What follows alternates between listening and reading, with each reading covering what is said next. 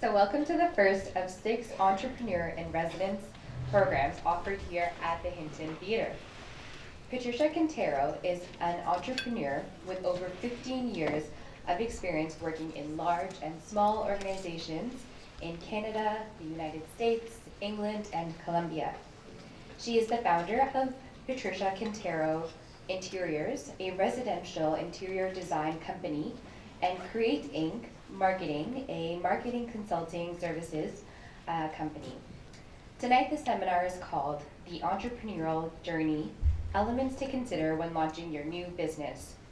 This seminar will cover the business idea, what risks can occur, and where to position yourself strategically. Toronto Public Library gratefully acknowledges these Indigenous nations for their guardianship of this land. We'd also like to remind and reaffirm as Torontonians and Canadians our accountability to these Indigenous lands and to all Indigenous peoples and communities living in Toronto. This land is also part of the Dish with One Spoon territory, a treaty between the Haudenosaunee Confederacy, aka the Six Nations Confederacy, and the Anishinaabe and the Allied Nations, to peaceably share and care for this land, its waters, and all of the biodiversity in the Great Lakes region. All those who come to live and work here are responsible for honoring this treaty in the spirit of peace, friendship, and respect. Now, please help me welcome Patricia Quintero to the stage. Thank you, Rabia. Thank you everyone for being here. It is a great pleasure, and I'm very thankful to the Reference Library for giving me the opportunity to be here today. As she mentioned, it is the first of a series of 6 seminars. There's a whole bunch of literature that you probably want to help yourself later, but there's a small brochure that outlines. We're having 6 seminars here happening at the Hinton between October and November. We're also having a panel with 4 entrepreneurs taking place on October 29th at North York Central Library up at Yonge and Sheppard. So that's going to be very exciting. We actually, I have 4 great individuals coming that are willing to share their entrepreneurial journey, and most importantly, open up. We call it the good, the bad, and the awesome. Not the ugly, but the awesome, because it really is a unique experience. And one of the biggest criteria that I've used when selecting them or basically approaching them is I really ask them to open up and talk about how their path has been, what they've gone through, and really honor and acknowledge failure and going through all those hurdles that we all do on the day-to-day as we are running our business. I'm also running office hours here at the library. They're going to change a little bit, but so you might want to double check with the information desk. At this point, they are from Monday to Thursday, from 1 to 3 o'clock. So if you have any questions, just stop by. I'm downstairs in room number 1. And also, there's one-on-one consultations happening towards the end of the day in November for those individuals that submit. There's a form right here. Sorry, I'm just gonna go here. Where there's like some criteria or questions. So if you have a specific idea and you want to come prepared, apply for some time with me, some one-on-one coaching, we can take the time to go over your business idea and any specific questions that you might have. So that's basically like the entire program that we're running for the months of October and November. There's a ton of information that we're going to be having an exchange of knowledge, and hopefully it's going to be giving you some tools to put something that you want to bring to life together. So I'm very excited, and hopefully I'll get to see you again. Okay, so without further ado, I'm here tonight to talk about the entrepreneurial journey. So basically that road that everybody that launches a business starts, and the reality is that we never really, there's so much uncertainty around it that it's hard to pinpoint as to what the journey looks like for many of us. I've had the pleasure to talk to so many individuals that have launched or before they launch their journey, their venture, and they all tend to agree that those that are already a little bit ahead they all say it seemed like such a dark moment for us. So isolated. I really didn't know what was going on. I was just like, we just sort of keep going and going, kind of winging it day to day. But I mean, the good news is there's now been a lot of like research and development that's been put together so we can actually have a little bit of further insight as to how that looks like, and most importantly, how we can actually plan. So it's not such like as a blindfold type of adventure, but more so like an educated roadmap that we build as we move along. So passion led us here, so now what? I mean, we all have something inside us that really is driving us to launch this journey. Like we have either an idea that we want to bring to life, or we have maybe like a solution to a problem, or we have something that is special to us and we believe needs to be shared. But then what do I do after we have that idea and we want to sort of bring it to life?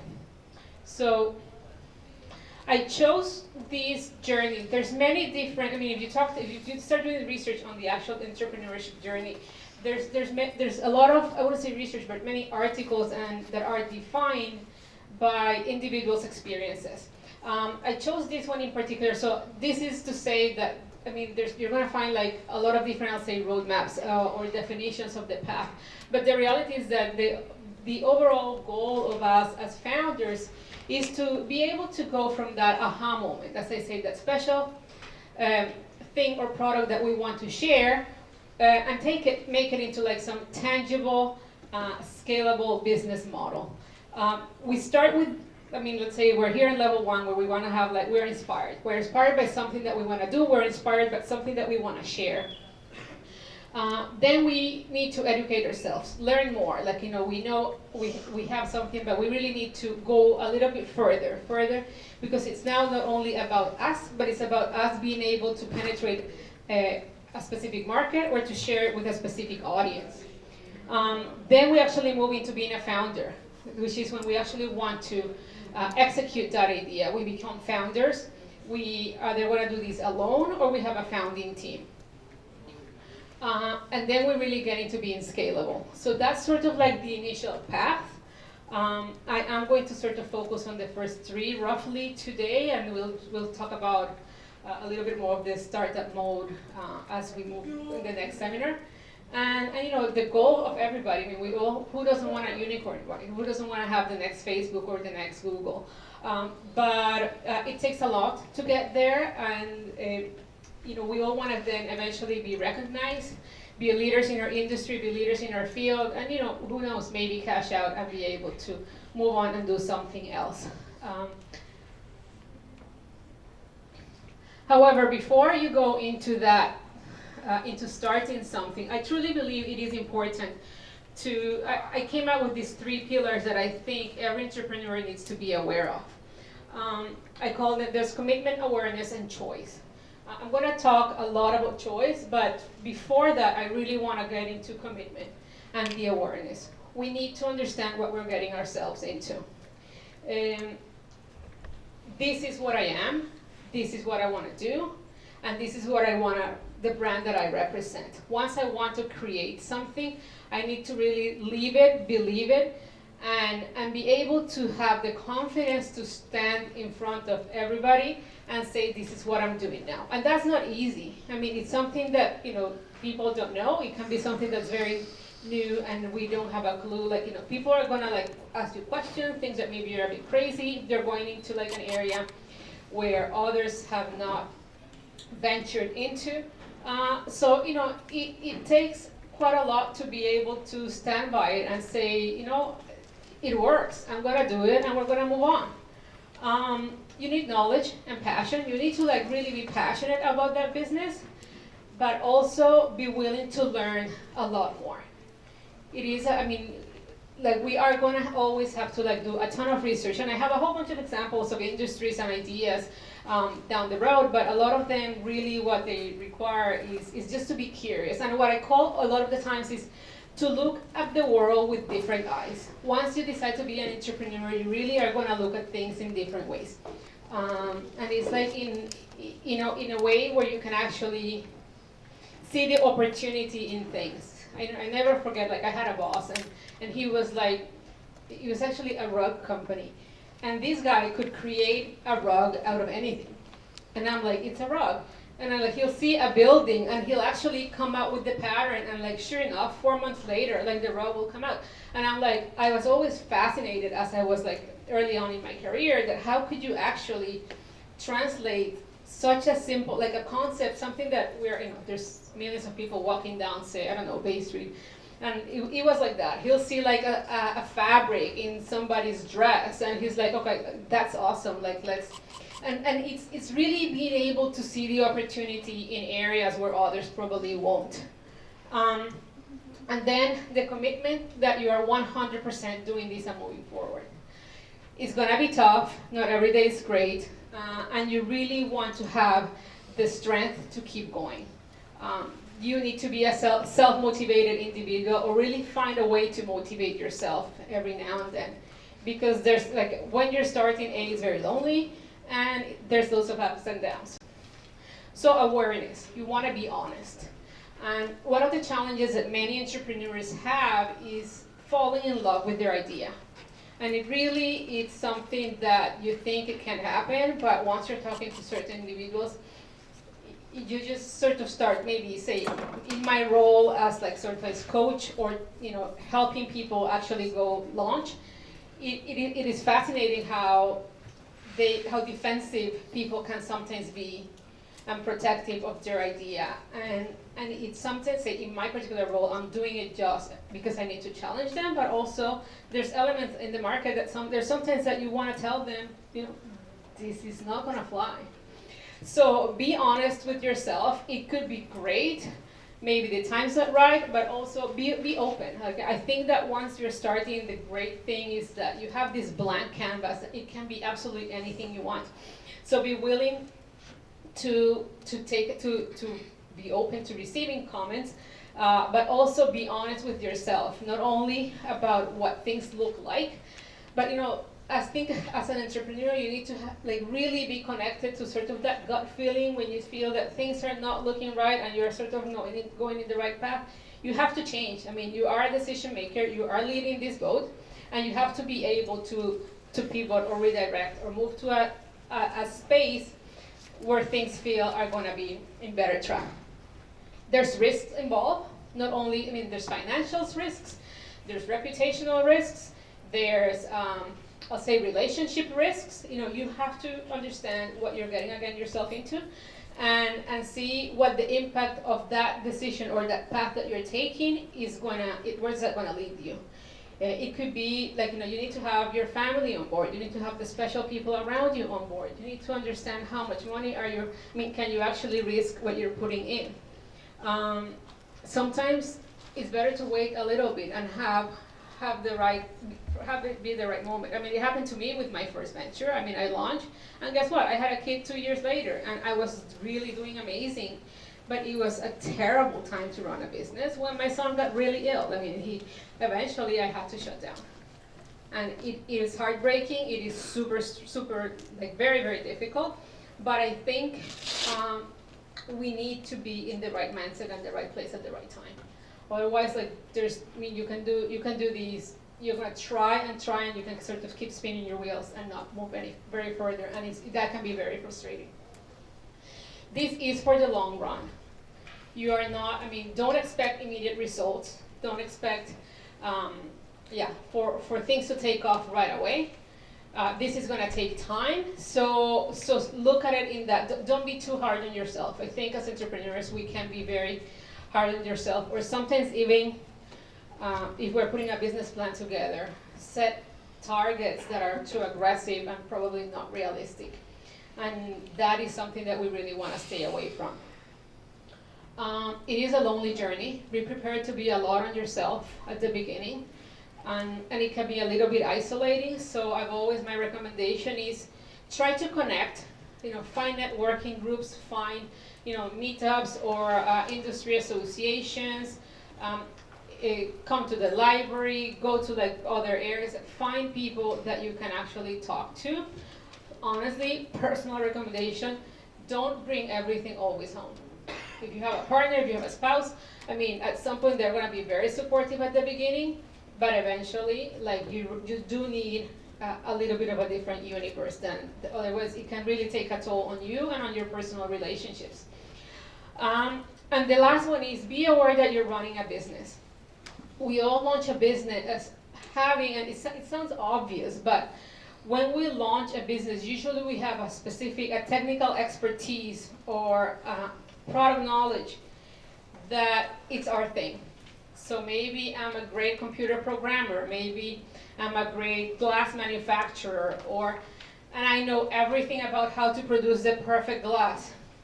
Eventually, the be all and end all is I'm gonna be running a business.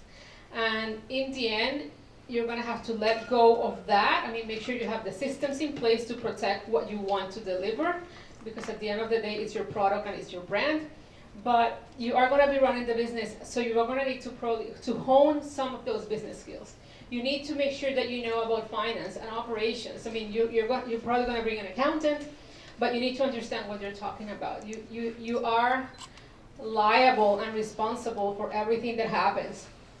And you need to be always on top of that. Understand better supply chains, better logistics, better like operations. That is the way that you're gonna really be able to be successful. So eventually, like you're gonna probably have a strength, and you're gonna need to step out and really let somebody else take over, and so you can actually run the business as it is. Choice.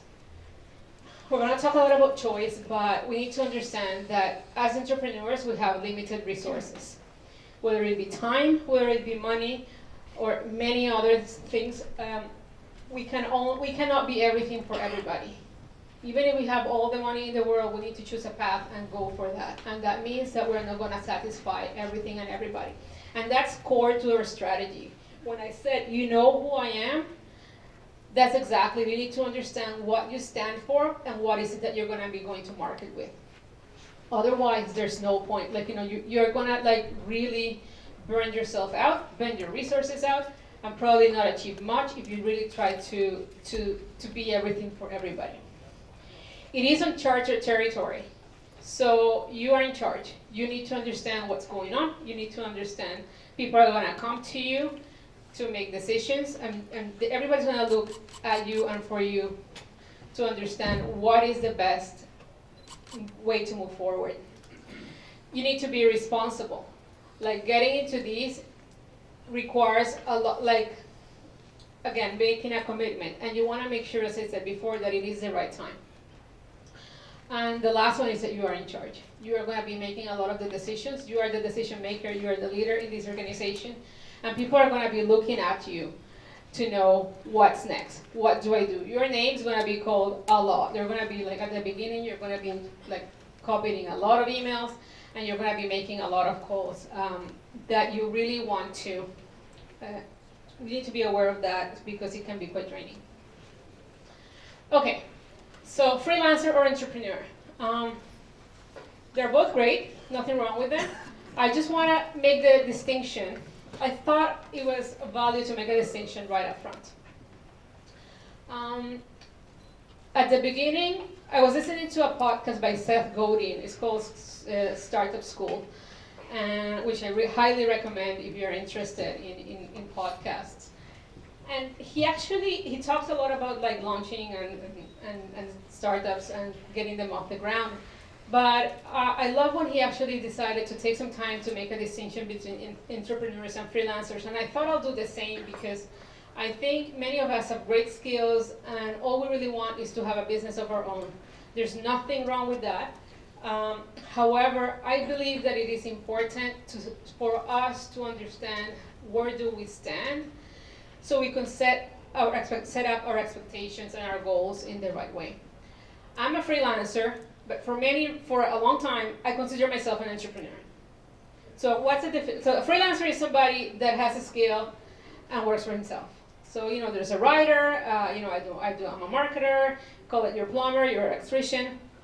or your hairstylist, it doesn't matter. Somebody that actually has a job, they can perform it, as I say, if I go on vacation, the computer comes with me. Like that's like, I go everywhere with my office. I don't have an operation that I'm leaving behind to run when I'm not around. Which means that, I always need to be like on it in order to know that I'm sort of working and building. However, an entrepreneur is somebody that's building something, as they say, bigger than themselves. They're building something with a team, they're building something that they can actually take off and the operation keeps running. What is the difference? A lot of the times, say, for me, for many years, I was very hard on myself, feeling I was not achieving because I didn't have the operation. And a lot of the times it's about metrics and how we as an entrepreneurs define success. And how are we going to consider that we are being successful? The truth is that personally, I could have had a lot of, like say, 20 clients come to me at that time, and guess what? I couldn't serve them. Because I had limited resources, and it's what I wanted to do at that particular time. For others, it really is about scaling and having 6 coffee shops by the end of 2020. And that's a different business model. So if you're measuring yourself as if you're a freelancer and you're measuring yourself with the outcome of an entrepreneur, you can be, I'll say, shooting yourself in the foot, for lack of a better expression, because you really want to make sure that the expectations that you're setting for yourself match the resources that you have. Otherwise, it can be very discouraging. And as I said before, it is a lonely journey, and you actually need to be able to motivate yourself rather than to beat yourself. So I just wanted to make the distinction. There's nothing wrong between one or the other. It really is a personal preference. Okay, so next. I want to mention also 4 types of entrepreneurship, because there's going to be a little bit of a distinction, maybe from the way I'm going to be moving down. So we have the small businesses, which are sole proprietor, family-run businesses, local ventures, and whose primarily goal is to be profitable, but run their own operation. They can be solopreneurs or they can be small family businesses. And again, they're happy with the outcome that they want to be. There's scalable startups where there's tend to be these disruptive new ideas that aim at changing the way things are done. And many times they are attracting large investors because they're going to require the levels of capital that large investors are able to bring to the table. There's large company entrepreneurships, which we're really not going to talk about it in this seminar, because these are basically entrepreneurship projects, as they are called, which is entrepreneurship projects, which is they happen within specific companies. CIBC or BMO put up a team because they're going to launch a new product, a new branch, or deploy a new technology, and they're going to have that particular team be responsible for deploying that new product internally or to the market. So we're not going to be talking about that. And then there's social entrepreneurship, which are products or services that solve a social problem need. They might be not-for-profit, they might be for-profit, but they can be a hybrid of both. And the big distinction here is really, again, what your metric is. For a social entrepreneurship, their success is about the impact in the environment or in the community or in the people around them. For a startup, it's going to be probably volume and financial metrics that they're going to require. Okay, so let's talk about the idea. Ideas come in many times, many different times, in many different shapes, and in many different ways. And ideas are also subject to evolving. And the one thing that I learned, or that I thought it was quite interesting, is and ideas are really cheap.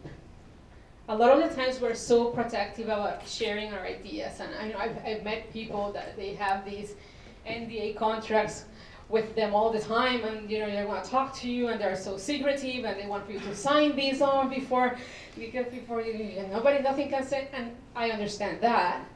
But the reality is that the value of any idea lies in the execution. We all have amazing ideas in a single day. And we sometimes are standing in a lineup somewhere and we're highly frustrated because things are not going the right way. And we said, oh gosh, if I could do this something different, this is so dumb, why are they doing it the other way? That's an opportunity that you could probably fix. But how many of us actually go and do something about it?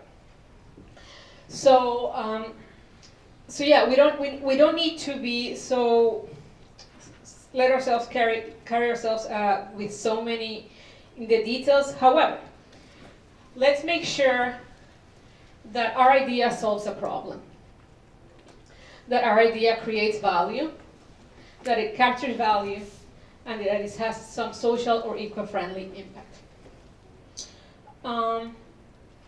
Better and cheaper is no longer the way to go. I think, particularly in the times that we are right now, millennials are really pushing the envelope in terms of the bottom line is not only the way to go. Like making more is not really what society is expecting. Stakeholders are really now having higher expectations of what we're gonna do. Also, customers want solutions that really add value to their life. So we need to be able to create something that's gonna make our clients or our target clients go out of the way to purchase what we're offering. And I think that is the big premise that we need to keep in mind. Most importantly, we need to be able to capture the value for that. People need to be willing to pay for it, end of story, otherwise there's no point. And as I say, I don't think there's many products will now be able to go much further if in a way they are not tapping onto having some social or eco-friendly impact, because I think as a society we are really pushing in that direction. So, what's the monopoly guy doing in here? There's an author called Peter Thiel. He wrote a book called From Zero to One, which I really recommend if you're thinking of launching something. And he has a chapter dedicated on monopoly, and I thought that was, to me, I studied a lot of economics in a past life, as I call it. And we've always had this example, this idea, we were being taught about perfect competition. The markets are going to regulate themselves, the more players we have, the better it is. And absolutely right, that's great. That's a great thing to have as a consumer. But the reality is that when we are thinking of being entrepreneurs, when we're thinking of launching something, we really want to have our own little monopoly. And I'm not meaning these in the bad way of sort of unfair competition. However, it really is, by a monopoly I mean something that we can do in a special way and nobody else can. And that's really something that you want to keep in mind when you're designing your product experience. What is it that, if I want to do, again, a new glass for water, for water, how can I make that special? What is it that people are going to appreciate, that I want to differentiate myself and my offering from everything else that's out there in the market? So I thought I'll put some ideas together. I'm gonna, at times I'm gonna be referring a lot about new technologies, and because that's one of the biggest driver for entrepreneurship lately. But I thought I have to be able to come up with some great ideas that are available, that are close to us. And these are 3 companies that I really love because they have, as a mother, I think that they are solving a lot of my problems in a very easy way. Mabel's Labels, amazing to label your kids' stuff. How many bottles of water do I want to buy in a school year? And now they all come back because they have decided it's so hard to label kids' stuff. Everything gets lost in school when they take it there, and it never comes back. But now you sort of order them online, and there's labels for everything. They're special if the lunchbox or the thermos or the whatever goes in the dishwasher, it's a label that goes, you just put it on and you can actually stand dishwashing. There's labels that go for every clothes, for the shoes, for, you name it, for the bags, for camp bags, for backpacks.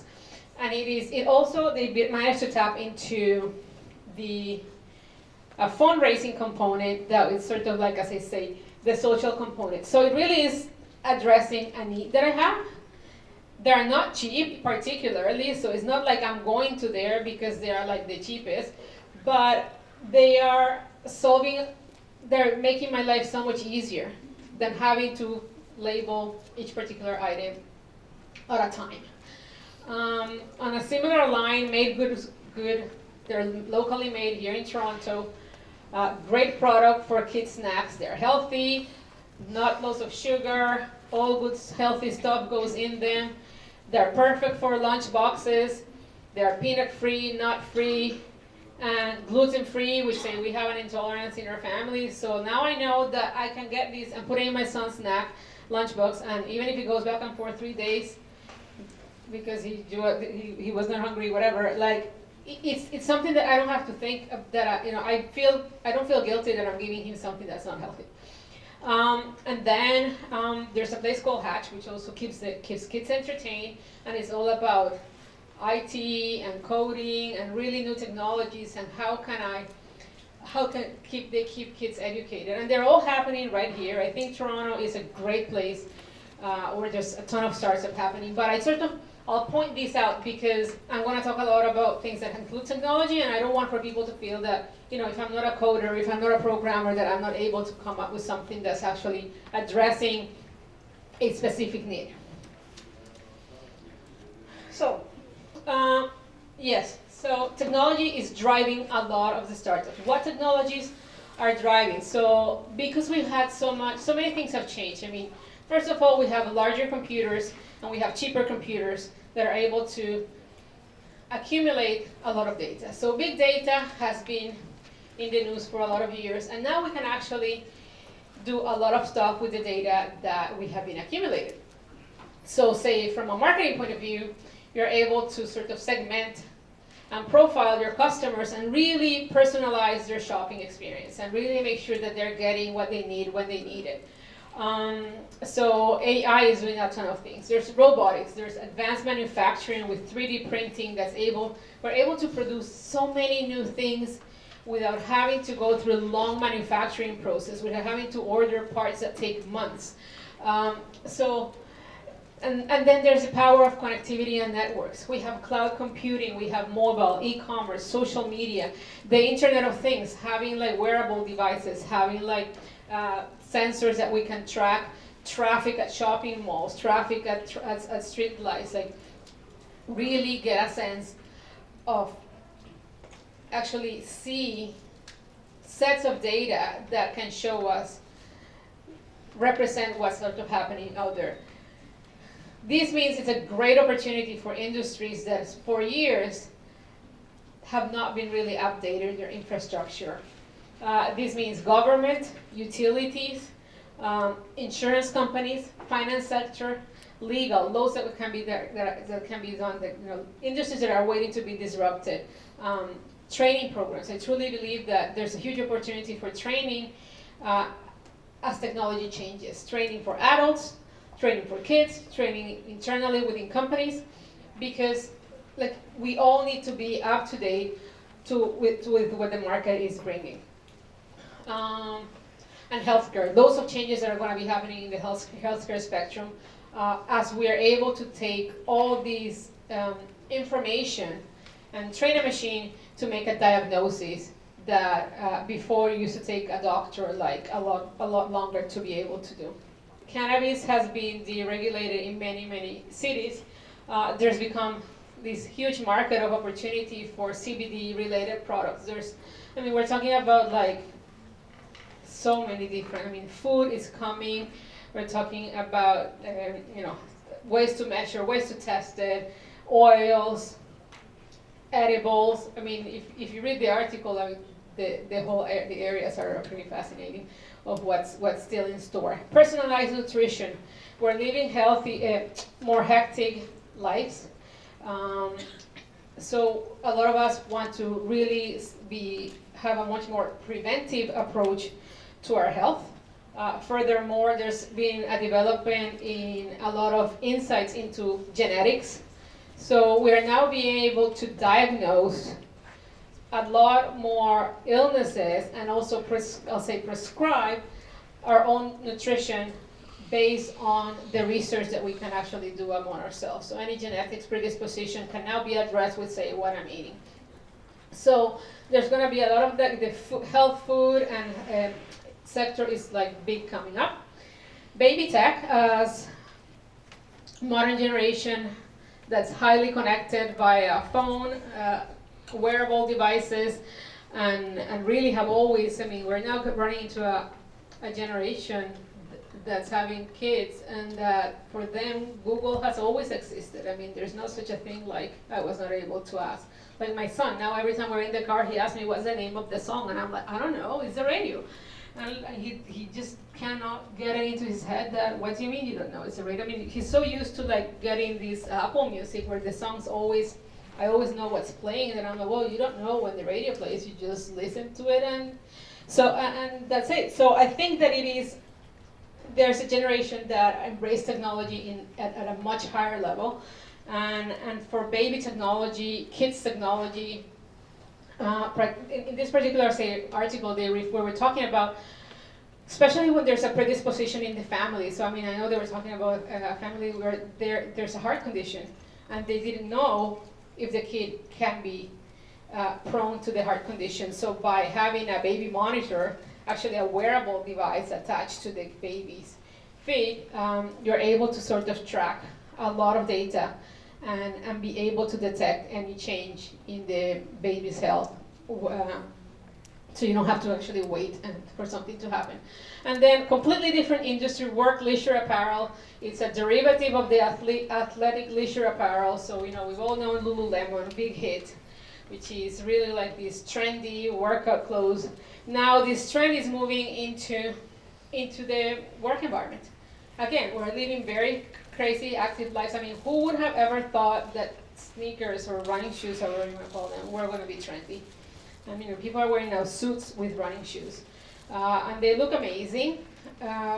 They feel even better because compared to like the traditional type of shoe, it obviously feels better. But it really is, again, looking at opportunities that are out there. I just wanted to put these as ways to tap onto new resources and new things. Okay, so we have an idea. We all believe there's something that we want to do that's going to be of value. So what do we do now? What are the best ways for us to move forward? And this is where, as I said before, we have a lot of choice.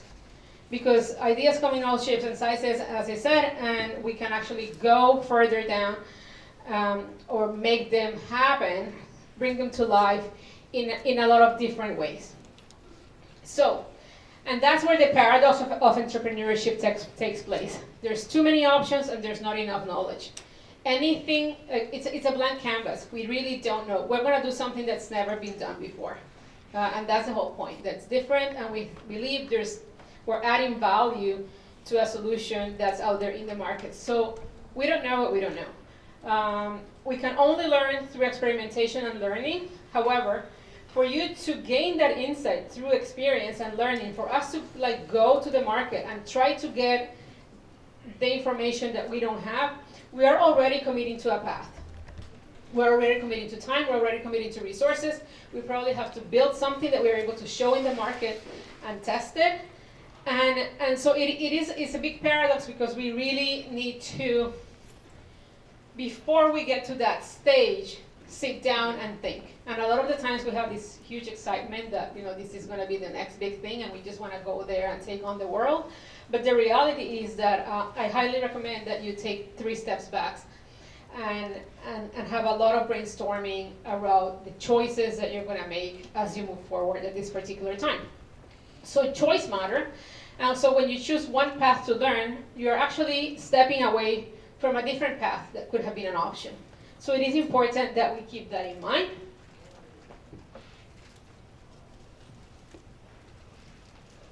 I'm going to actually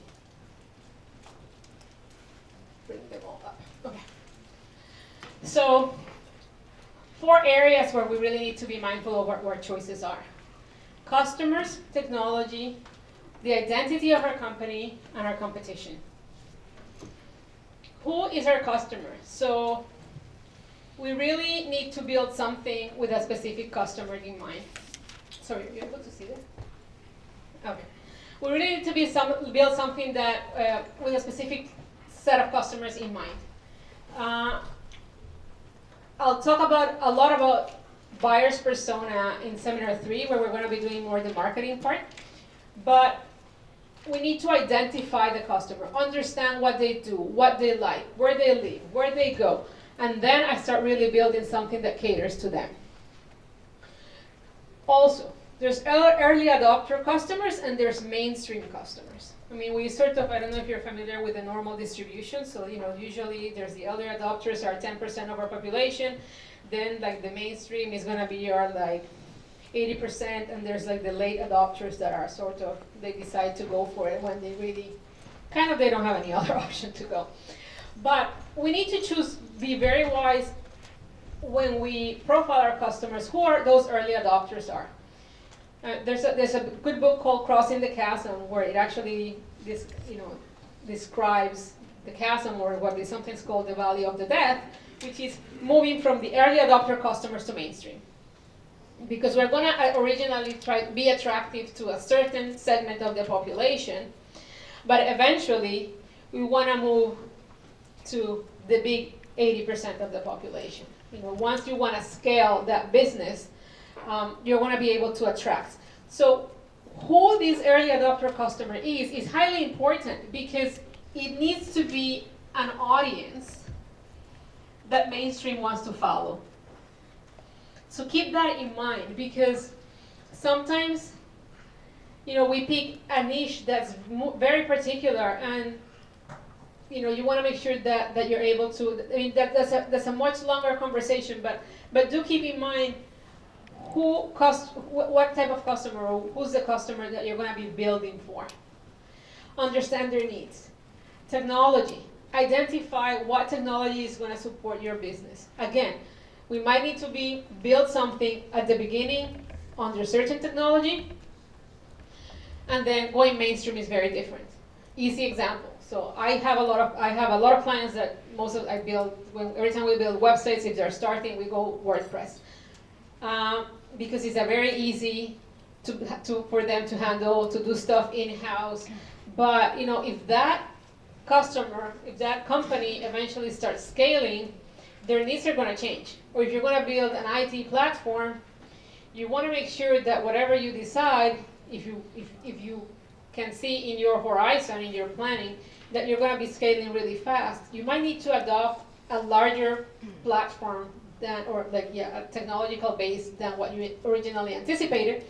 But it might be an investment that you have to do up front.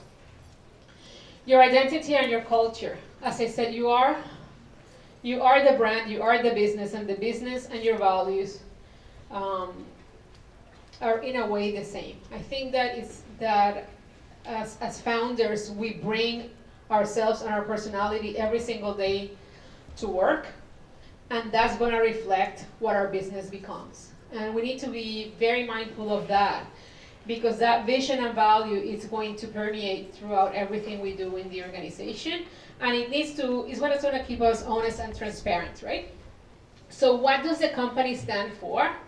And you need to make sure that you communicate this to your stakeholders, because they need to understand what is it that they're doing, right? What type of company they work, what values do they stand for. So make sure that is something that sometimes it's so busy and there's so much, I'll say, stuff to do, that we leave these to the side and we forget about the cultures. And that's what I mean. If you read a lot of the articles sometimes on startups, especially, for example, tech startups and say women in the workplace, there's a lot of there's been a lot of bad media out there for some very successful startups as to say how women are treated inside. That's part of the culture. If you don't set that record straight at the beginning, eventually it's going to come back and bite you.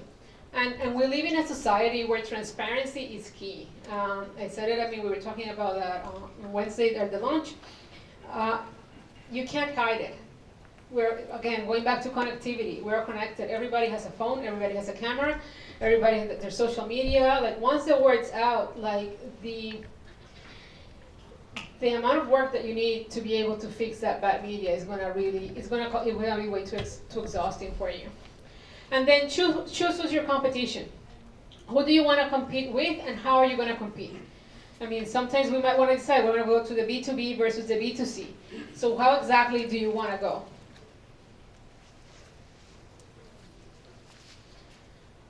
So these choices matter together. So we have customers, competitors, culture, and I forgot. How are we going to do this? How are we going to mix? The big point I want to make is these are all big variables that play a big role in how we set up our strategy. But the biggest power is in how we're going to mix them together and decide who we are as a company. Eventually, we're going to reach a position that's going to differentiate us in the market, and most importantly, it's going to decide not only what we are, but also what we are not.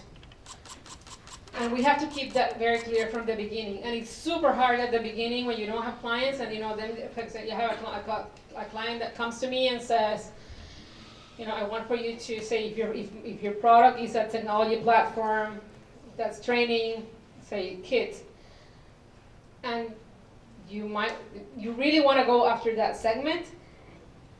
It's very easy that somebody's going to come and say, oh, but I have this group at an office downtown, so adults, and I want for you to start doing this. The moment you go sideways and you start selling yourself as something else, it's going to be, again, very difficult to come back. And people start identifying you with that other segment that you're going. So really trying to stay key to the core of your strategy is very important. So how are you going to compete? You can be very aggressive, or you can sort of try to cooperate. And that's sort of the four scenarios where you can actually be. So for example, you can actually say many pharmaceutical companies or many labs, research companies, you can actually go and focus the base of your product as say being research, but you can actually partner with other companies to bring the product to the market. So you're actually not competing with other players in the market. You're going to compete eventually, but your actual route to market, your value chain, is that you're leveraging another company's value chain. And so I'll go over all of them, but the big thing I want for all of us to get out of here is that sometimes we have an idea and we believe that we need to build these, I'll say, huge monster architecture, when the reality, and then we need this huge, enormous amount of capital. And there's other alternatives. There's many ways to go to market, and not just building the shop, building the factory, buying the trucks, producing, distributing, doing the whole thing. Same for the value chain. There's a great example of two companies in the US, one's Webvan, one's Peapod. And there's a lot of even videos on YouTube and articles about it. But how can you can actually go to market on your own, or you can actually, again, tap on the value chain of another company. So there's a company called, so we'll say Webvan they raised almost $1 billion a few years, probably 15 years ago. It was long ago. I mean, at the times where less than $1 billion for a fundraising round was huge. They went over that amount of money very recently. The goal for both companies was exactly the same: delivering groceries. Grocery delivery. So people decided, we're going to have a team of people, we're going to tap to, they just decided, build a platform that was going to identify the nearest grocery store to the customer. They went, so I think Lovelo's is doing it now, and other groceries. They go, they pick your groceries, bring them to your house, end of story. Webvan decided to build these ultra sophisticated warehouse distribution platform vans, trucks, everything you want to. They burned under $1 billion, I believe, under a year. Because if the distribution center was in Ajax, and I live downtown, people started to freak out once the grocery delivery truck was stuck in the 401 and not moving any further, because that doesn't really represent fresh groceries for many. So we need to really think that there's many ways to go to market, and sometimes breaking that idea down, and most importantly, addressing what is it that the customers values. In a way, I mean, Zappos, I love the idea how Zappos started. I mean, the guy actually built a fake website. It is the #1 shoe store, online shoe store right now in the US. The guy built a relatively fake website. He actually called the closest stores around him, and he actually advertised certain shoes. People will place the order. He'll literally get on the phone, or actually get in his car, go to the store, buy the pairs of shoes for you, come back to the office, put them in a box, and ship it. All he wanted to do is prove, are people willing to buy shoes online? Before actually running into this massive investment of building what Zappos is today. So that is actually ways to go to market. Disruption, completely trying to bring an idea, serve underserved clients. So I'll say an example, Virgin Mobile, entering the Canadian market. So there's two primary cell phone providers, and somebody comes and they start tapping onto segments of the market that are not being properly served. If companies are primarily focused on corporate clients, so how can I tap on the non-corporate clients? There's a bunch of people out there that want the service. They're not happy because I'm not being an important customer to my current provider. And then that's how disruption starts. People start, small clients start starting it, and guess what happens? They say, wow, it works. And they tell to somebody else. And then somebody else tries. And eventually, you are actually disrupting an existing value chain with pretty much a more specific product for other companies. And then the architectural strategies where you actually really decide to build the whole system. You build all the warehouses, you control all your products, you control all your intellectual property, and all your infrastructure. The challenges of all our choice process. For any given idea, there's more than one alternative path, potentially create and capture value. So there's different ways to go around it. I can create value and capture value in more than one, as I said, Peapod versus Webvan. I can go and pick up the groceries and not have a massive warehouse, or I can actually build a massive warehouse, sell the groceries shop to me. In the end of the day, the value for the customer is exactly the same. I want the grocery store. I don't have the time to go to the grocery store. I don't like doing grocery shopping, but as long as they show up, I'm good. So financial and organizational constraints prevent us from pursuing more than one alternative at the same time. We have limited resources, I said it before. It is important that we understand that and that we maximize that. Entrepreneurs are uncertain about the value enabled by particular strategies for any given idea. So we believe that what we're doing creates value. We go and we originally ask, who are we going to ask first? My mother, my friends, and we start getting a lot of positive feedback. And a lot of the times, and then we say, okay, let's get out. So we actually need to get out of that close friends and family. Get that value, but eventually, a lot of it can be positive, right? And the challenge when we get all positive, we get really pumped that this is awesome, this is gonna work. But let's remember, we are starting something we're creating it from a whole bunch of assumptions. So it is important for us that we, again, stay honest and understand if this is gonna really work. Because all these assumptions maybe they don't work. Maybe, let's say, I estimated or anticipated that the price of the landed product was going to be $4 and it ended up being $8. So now, I got my feedback at $10, which was when I was making a good markup, but now actually I'm going to be able to not be able to sell it at 10. I'm going to have to be able to sell it at 18.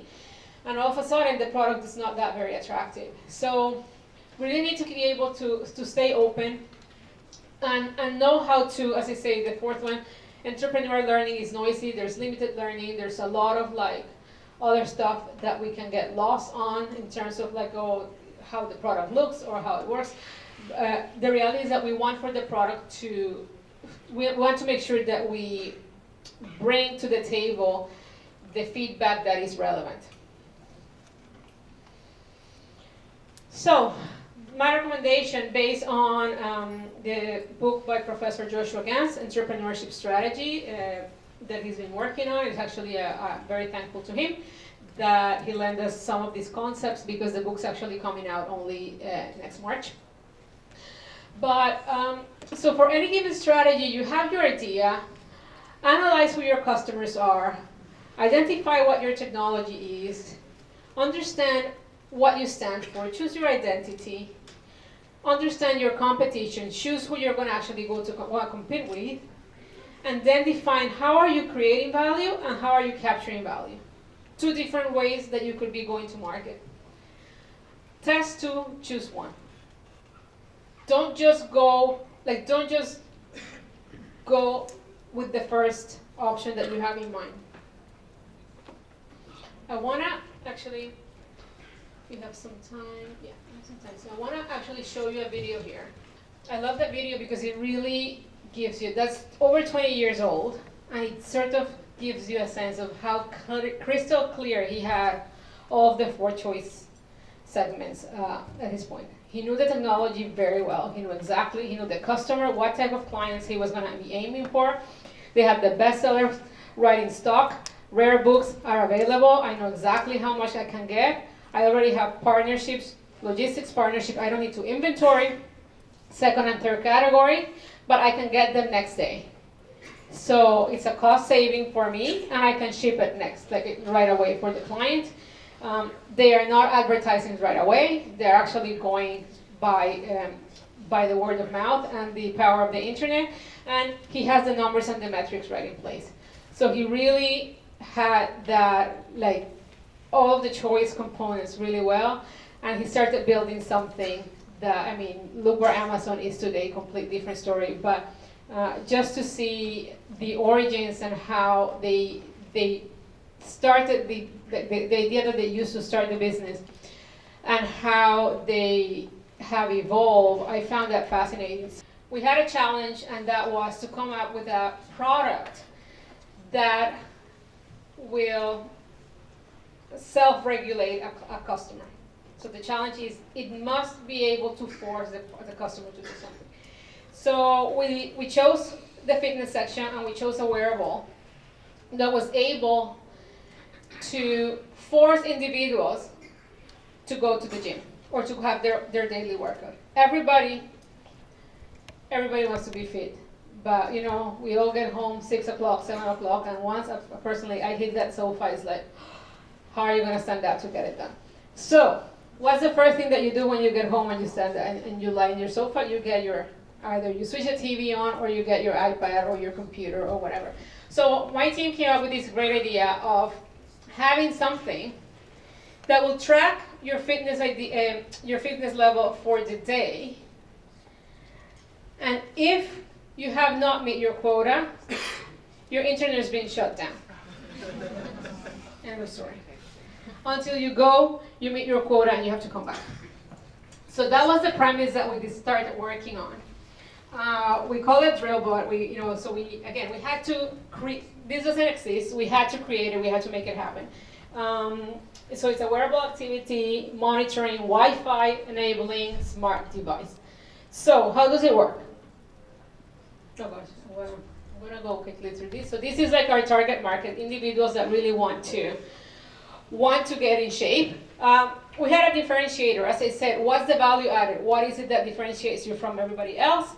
It's a wearable activity monitoring while enabling smart device. Earn your pleasure was our tagline. If you wanna enjoy it, you really need to be able to get something. What do we have to do? So we need a product. We came up with an actual device when we did a design.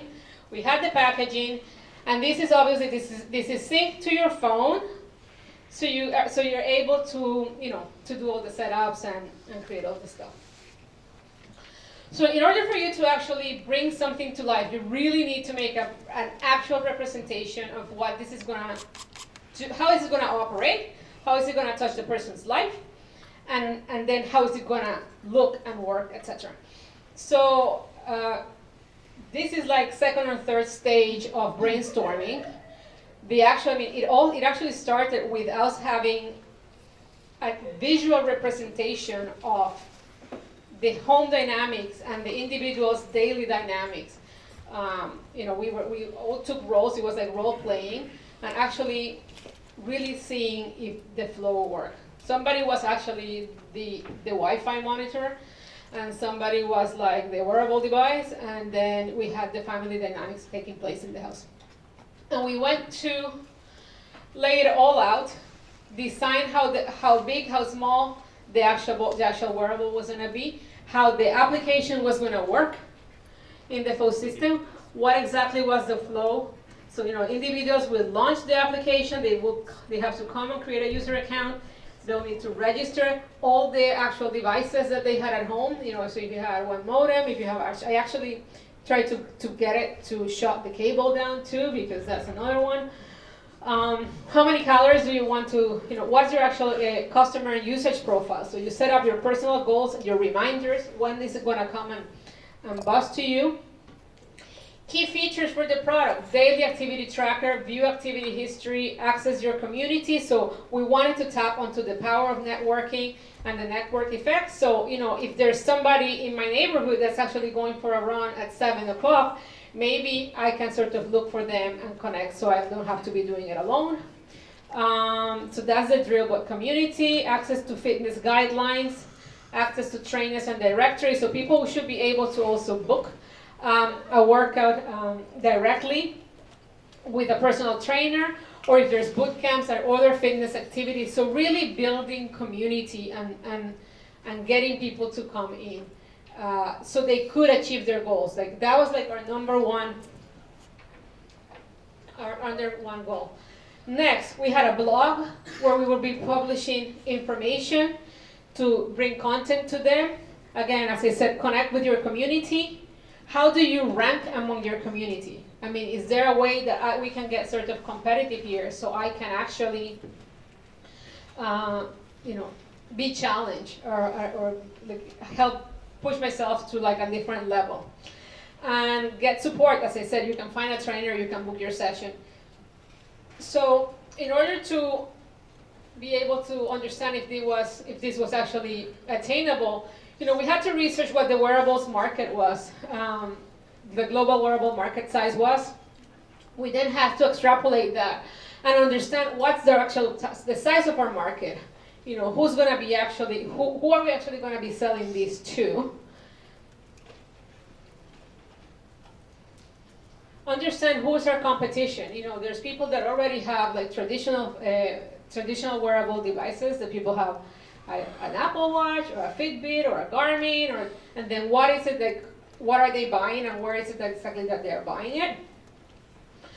Understand how are we going to position, how are we going to come to market, and what is our positioning statement, the core benefits of the product, the secondary market, other benefits for the product, and the support.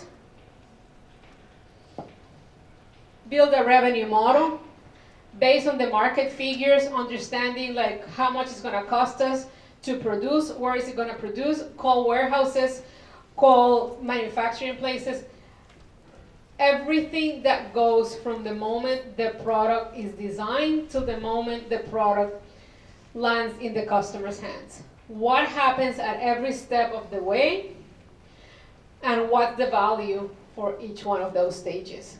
And that is where, this is where we really, I mean, I'm not gonna go in the program on financials, but I do want for you to understand that this is happening in the background of anything that's going live. What are your revenue streams? How are you actually going to monetize this new venture that you're getting yourselves into? There's many ways to capture the value of your product. In our particular case, we had an app where we could promote in-app banner advertising. We had a premium version of the app where people can actually pay for it. We had book the services for the trainers that they'll be paying to be part of our community, so people can actually book their services. And eventually, you will have a lot of data that we will potentially monetize.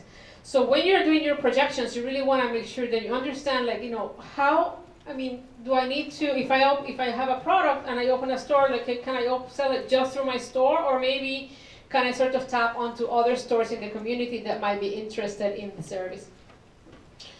So as I say, what happened from A to B, from the factory, like, you know, in our particular case, we had to manufacture in China, we had to have a warehouse in Bonn where we were going to be storing.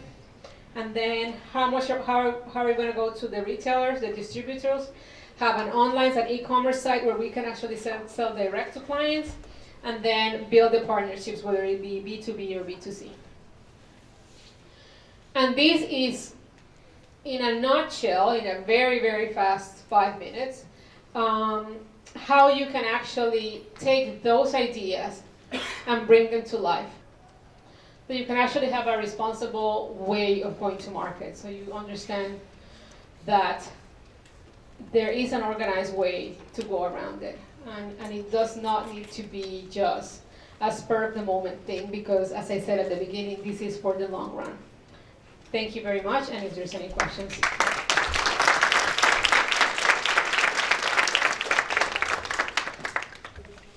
I have a mic here if anybody has any questions. I have a quick question. What is your say about having partners at the beginning? I mean, I usually, what I notice is that people, whenever they get excited, the first people that they speak with would be their friends, and most probably they will join the company, but at the end you wouldn't see maybe the value out of it. So what's your advice on selecting the right partner or people to help you when you're still having a white page at the beginning? About partners, I think there's two key things that I think everybody should consider. The first one is make sure that whoever you're partnering with complements your skill set. So if you're great at sales, make sure maybe they're great at finance and operations. So, you know, you cannot, just because you're friends doesn't mean that you're going to be a good match in a business environment. So it really, I know it sounds kind of funny to say, but it really is like getting married. And I've actually seen very nasty partnership breakdowns, or like ends to partnership agreements. So, you know, you're going to be sharing with this, there's going to be joint bank accounts, like, you know, or a bank account where both of you are going to be signing. There's going to be like all the expenses. I mean, you're going to be putting in a lot of hours, and you want to make sure the other person is putting in the same amount of work that you're going to be bringing onto the table. But as I say, so you want to be able to say, I'm going to focus on these. You go and look after that, and then, because like at the end, it's not going to be fun. Like, you know, you're going to have to, it's work, and you want to make sure that the deadlines that you set are met. Then the other thing that you definitely need in order to enable that is a good partnership agreement. And I recommend at this point that you bring a lawyer. Do not do this on your own. I mean, especially if you have a close connection with this person, you need a third party that has a cool head, because it can be super exciting. And then I personally think it's way better to have a difficult conversation at the beginning with the other person saying, I'd rather not partner with you, and no matter how much I love you and how great we are, than to just have a lot of really bad days and then eventually having a really poor outcome. That'll be my 2 cents. Thank you.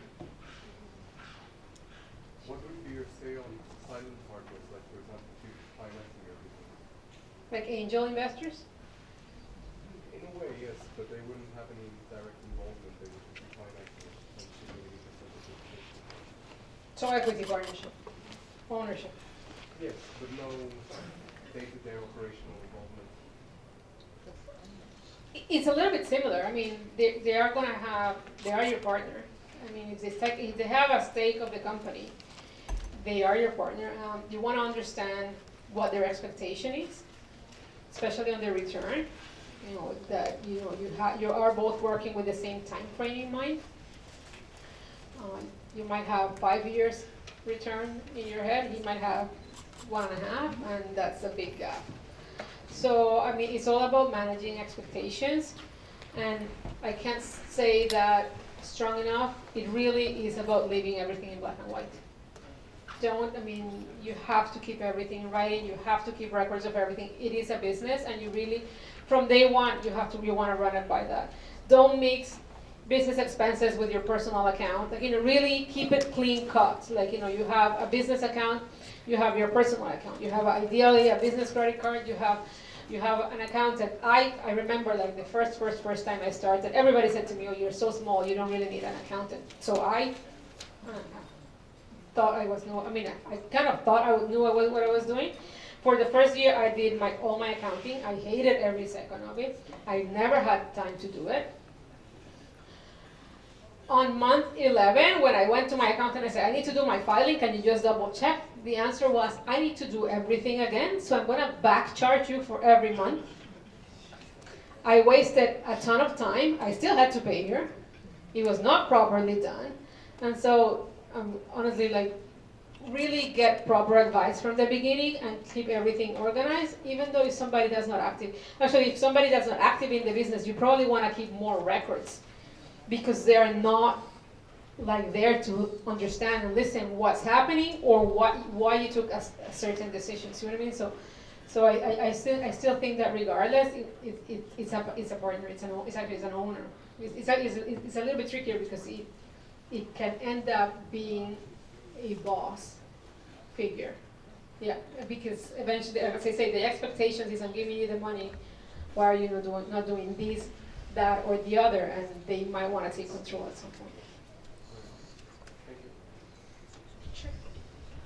You mentioned one slide about value, so value creation versus value capturing, and I wasn't clear on what the difference is. Value creation is what you're going to give the client with your solution. So you're I don't know, you're building, let's see, wedding cakes.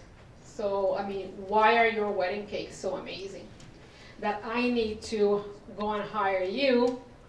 They are delivered beautifully the day off. Nobody else does that. They have special filling inside. I don't know, whatever is it. You need to have a differentiator. That is what's making you, I mean, in this example that we have, is that, I'm actually shutting your internet. I'm actually making you do the work. Other people sell you the device, but they don't care if you do the exercise or not. That's your problem. But my solution is that I'm going to make sure you do reach your fitness goal. So that's the value that I'm getting as a client. Value capture is, as an entrepreneur, how are you bringing the return to you? Basically, how are you monetizing your idea? So there's, as I said, there can be many different revenue streams. Anyone else? So what are your views about buying an existing business? Oh, it's perfectly fine. I mean, obviously do your due diligence, so you understand what the financials are very clearly, and make sure you have enough knowledge in that particular industry so you can actually take it over, right? There's in and out. Some people negotiate for the owner to stay a year, the existing owner to stay a year or so they can actually tap onto the knowledge of that person. So that's probably not a bad idea, right? But buying an existing business, I mean, in a way, if it's a market, and also research what's the market potential. I mean, why are they selling it? Maybe they don't want to retire and they just don't want to have anything to do with it, but maybe things are not, the market's not really good, the solution is not, the market, it's not great anymore, the technology is outdated, so, be a bit skeptical and do your homework, definitely. Anybody else? Sure. So when you ideate, when you get that idea that you want to take this forward, take it to the market, at what point do you bring legal into this to protect the idea? Like you just mentioned about real ones, right? Yeah, I mean, once you have, you can only trademark something that's a done deal, right? So I can only bring, if I want to create a patent over a design, I need to have the final design. And that's why I say what I said. Some people, if it's a design that's in advanced stages and you want to discuss it with other parties, then you might want to have certain non-disclosure agreements signed before you communicate with these individuals, right? So there's steps that you can take to protect that. But in terms of getting an actual patent, you can only get that once you can only patent a design or a product. You said identify the tech that will support the business, and then early stages, then mainstream. I just don't understand what that means in terms of technology and early stages. Well, the early stages is that a lot of the time you start a business with limited resources, a lot of them being limited financial resources. Technology is expensive. So you're going to invest in, say, a platform to run, I don't know, your small operation.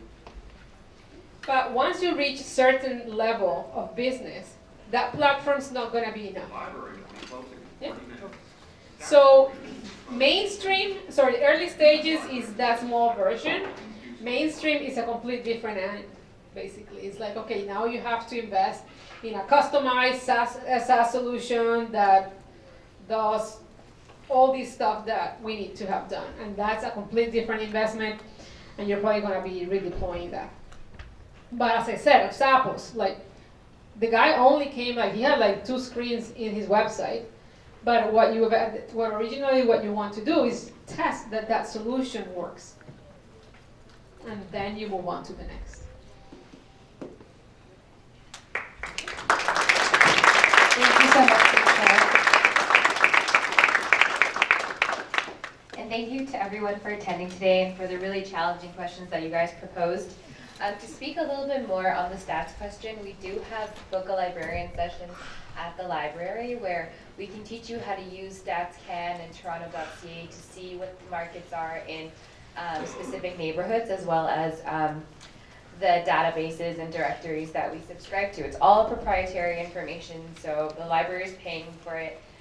You guys have access to it through your library card, so you can pass by the information desk to get a paper and fill out that form, or you can do it online just by going on our website and typing in Book a Librarian. Also, please don't forget to pick up a pamphlet. That'll give you more information on the programs that Patricia will be having at this branch as well as at North York Central. And lastly, please don't forget to fill out the feedback forms. They really help us make better programs in the future or keep programs like this up. So thank you very much for attending today, and we hope to see you at our next program.